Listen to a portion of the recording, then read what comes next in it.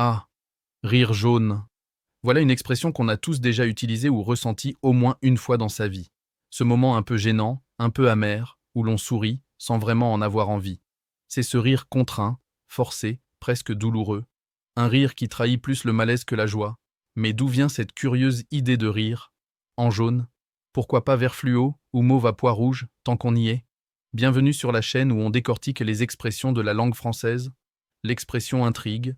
D'un côté, il y a le rire, symbole universel de plaisir, de détente, de complicité. De l'autre, la couleur jaune, qui, en français, est loin d'être anodine.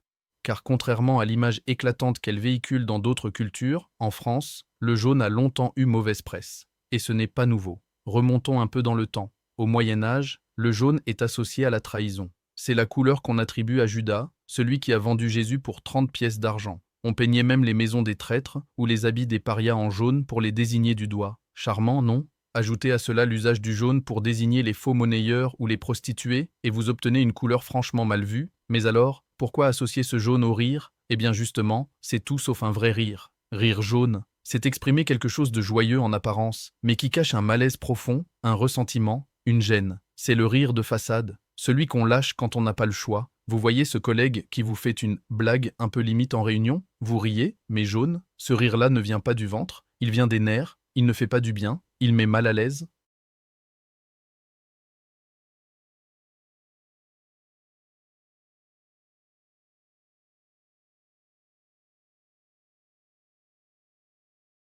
Mais l'expression pourrait aussi trouver des racines dans la médecine. Oui, vous avez bien entendu. Certains historiens de la langue évoquent une origine physiologique. À l'époque, on croyait que certaines émotions, comme la colère ou la frustration, faisaient monter la bile. Or, la bile est un liquide, jaune. Et ce trop-plein de bile pouvait provoquer des rictus nerveux, de faux sourires, des expressions crispées.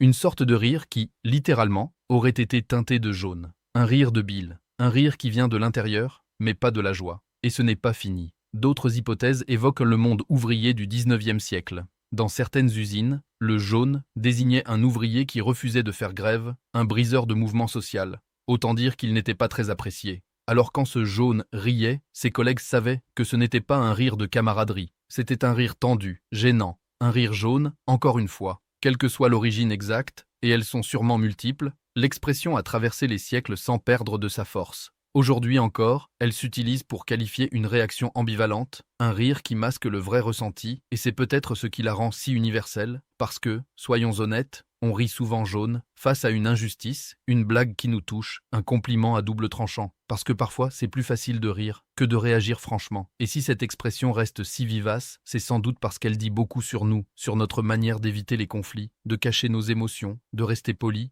même quand tout en nous crie l'inverse. Rire jaune, c'est humain. C'est imparfait, et c'est profondément français. Alors la prochaine fois que vous sentirez ce petit sourire crispé vous monter aux lèvres, souvenez-vous, ce n'est pas vous qui êtes bizarre, c'est juste un rire jaune.